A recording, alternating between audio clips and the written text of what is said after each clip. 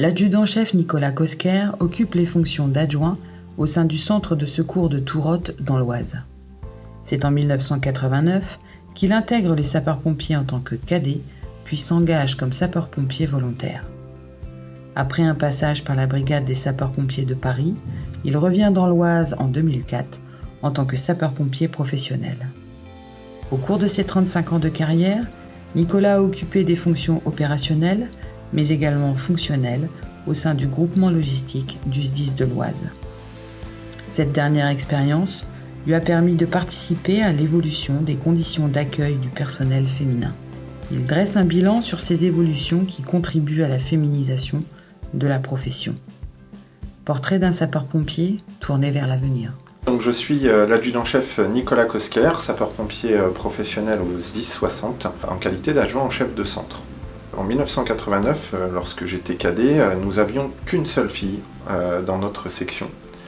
Aujourd'hui, on peut remarquer quand même cette belle évolution puisque on s'aperçoit que certaines sections de JSP sont vraiment mixtes, à 50% de filles, 50% de garçons. Alors j'ai la chance, je suis dans un centre de secours mixte, que ce soit pompiers professionnels et volontaires, et nous avons 20 filles sapeurs-pompiers volontaires au sein du centre de secours. J'ai eu l'expérience aussi d'être sous le commandement de la première femme chef de centre dans l'Oise, et mon regard, enfin personnellement, tout se passait très bien. L'intégration, c'est déjà d'en parler, la volonté aussi de les intégrer, sans forcer les choses, mais se rendre compte naturellement que les femmes ont leur place chez les sapeurs-pompiers.